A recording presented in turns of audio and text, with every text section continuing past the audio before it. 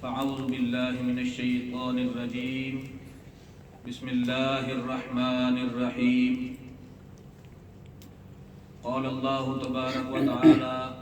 فی کلامہ المجید والفرقانہ الحمید اعوذ باللہ من الشیطان الرجیم بسم اللہ الرحمن الرحیم قل لا اسألکم علیہ اجرا الا المودۃ فی القربى صدق اللہ مولانا العظیم۔ احباب ذی وقار، اللہ جل مجدہ کا بے پایاں لطف و کرم اور اس کا احسان عظیم ہے کہ جس نے ہم سب کو سید الشہداء امام علی مقام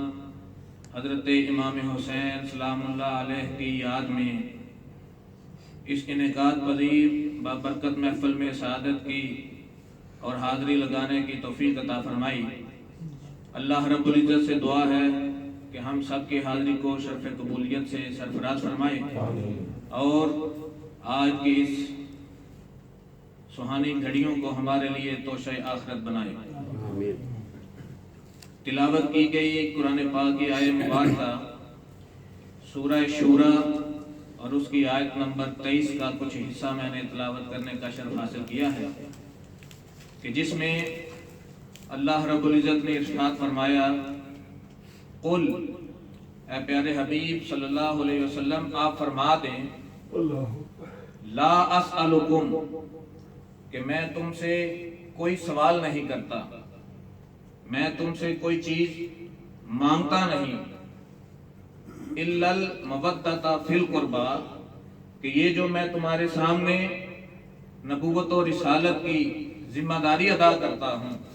تمہیں اللہ کی توحید کا پیغام پہنچا رہا ہوں، تمہیں قرآن کا پڑھنا اور اس کا علم تم تک پہنچا رہا ہوں،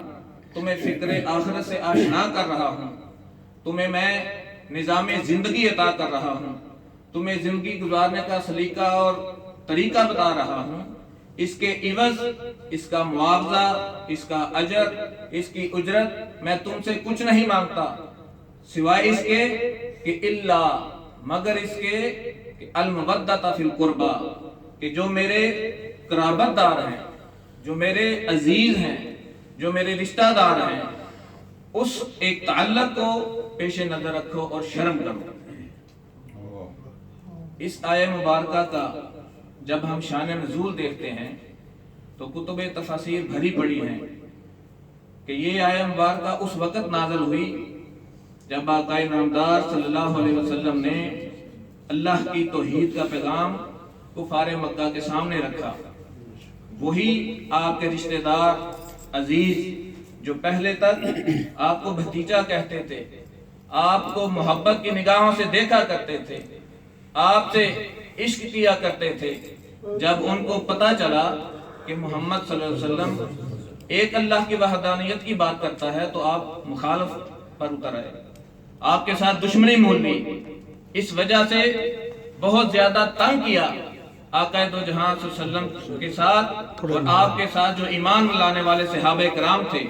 ان کی زندگی کو مشکل میں ڈال دیا، طرح طرح کی تکالیف دینا شروع کر دی، حتیٰ کہ معاشی مقاطعہ تک کر دیا۔ وہ شیب ابی طالب کے کم و بیش 3 سال وہ بھی ابی طالب کی جو گھاٹی تھی اس میں گزارنا پڑے، جہاں آقا اور آپ کے صحابہ پتے کھا کر گزارا کرتے تھے۔ تو یہ وہ مشکلات تھیں جن کی اللہ رب العزت کو بھی احساس تھا، تو اللہ نے فرمایا کہ اے محبوب ان کو شرم دلائیں کہ میں ہوں تو تمہارا ہی رشتہ دار، تمہارا ہی قریبی ہوں، تمہارے ساتھ میری قرابت داری ہے، کم از کم اسی کا حیا کرو اور اتنے ظلم نہ کیا کرو۔ یہ تو ایک معنی ہے اس آیہ مبارکہ کا کہ جس میں اللہ رب العزت کے حکم سے آقا دو جہاں صلی اللہ علیہ وسلم نے کفار مکہ کو اپنی جو قرابت داری ہے، جو آپ کا ان کے ساتھ تعلق اور نسبت تھی، اس کا شرم اور حیا دلایا۔ پھر اسی قرابت کے معنی میں مفسرین نے دوسرا معنی مراد لیا ہے کہ وہ آقا دو جہاں صلی اللہ علیہ وسلم کی اہل بیت کرام اس سے مراد ہے۔ اور آج کی اس نشست میں ہم یہی معنی مفہوم ذہن میں رکھ کر آگے بڑھیں گے کہ اہل قرابت سے مراد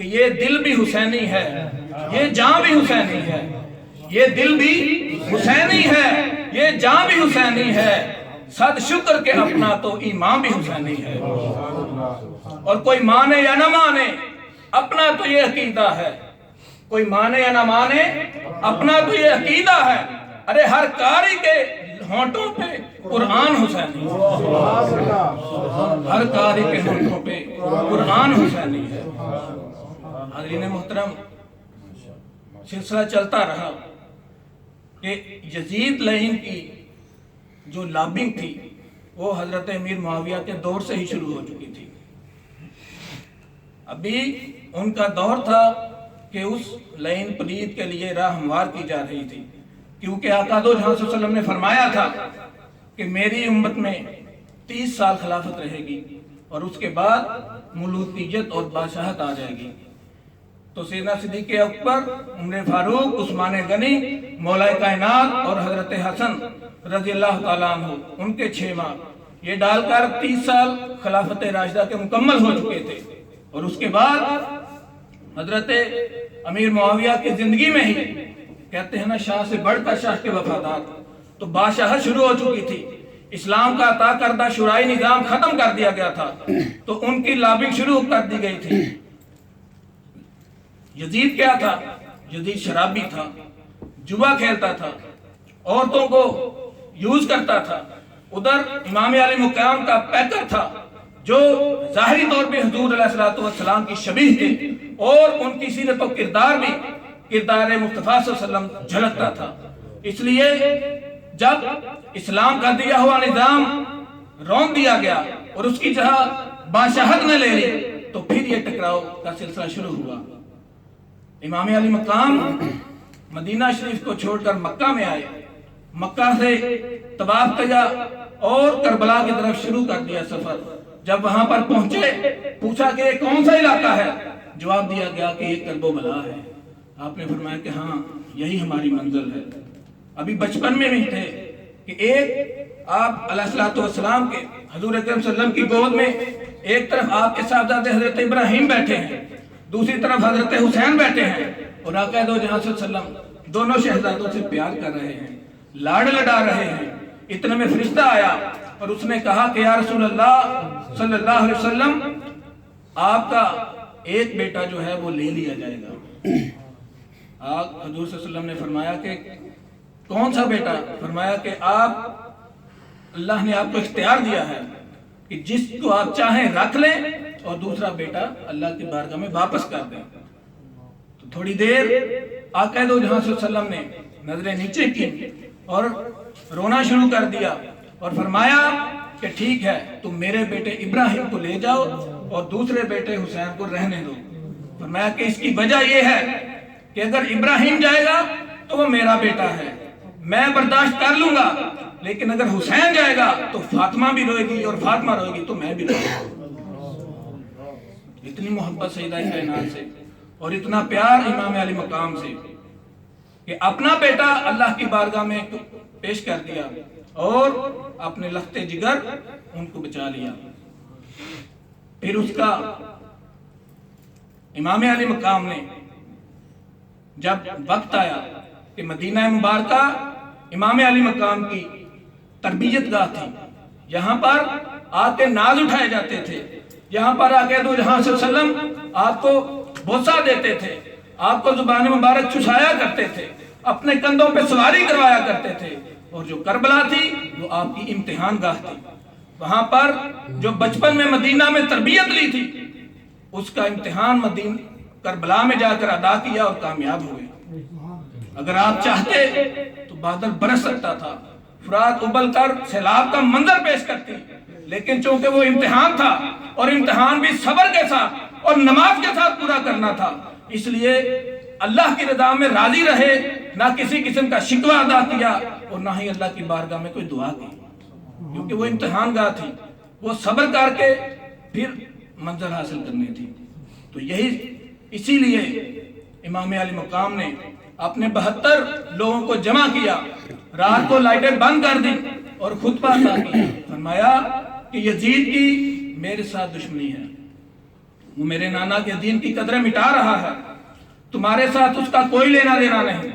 تمہیں میری طرف سے اجازت ہے، جو جانا چاہتا ہے چلا جائے، میں ذرا برابر بھی ناراض نہیں ہوں گا۔ لیکن قربان جائیں کہ اس لشکر میں 70 سال سے لے کر 6 ماہ کے معصوم بچوں تک سارے تھے، خواتین تھیں، جوان تھے، بچے تھے، بوڑھے تھے، کوئی بھی اٹھ کر نہیں گیا، بلکہ آپ کے خطبوں کا اثر ہوا کہ لشکر یزید سے بھی حر جیسے حریت والے اس لشکر میں آ کر شامل ہو گئے۔ وہ سلسلہ چلتا رہا، آج بھی وہ سلسلہ جاری و ساری ہے اور قیامت تک رہے گا۔ اب ہم نے دیکھنا ہے کہ ہم نے یزیدی کردار کو اپنانا ہے یا حسینی کردار کو۔ حسینی کردار کیا تھا؟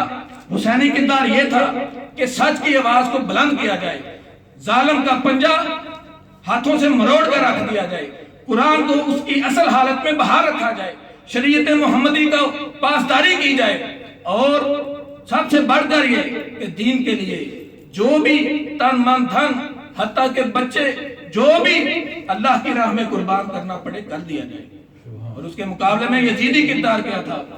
یزیدی کردار تھا کہ بادشاہت، ظلم، جبر، جہالت اور قتل و غارت گری۔ اللہ رب العزت سے دعا ہے کہ ہمیں حق کو پہچاننے اور اس کا ساتھ دینے کی توفیق عطا فرمائے اور برائی اور بدی سے نفرت کرنے کی توفیق عطا فرمائے۔ اس لیے میں اسی شعر کے ساتھ اختتام کرتا ہوں کہ جب کبھی ضمیر کا سودا ہو دوستو، جب کبھی ضمیر کا سودا ہو دوستو، ڈٹ جاؤ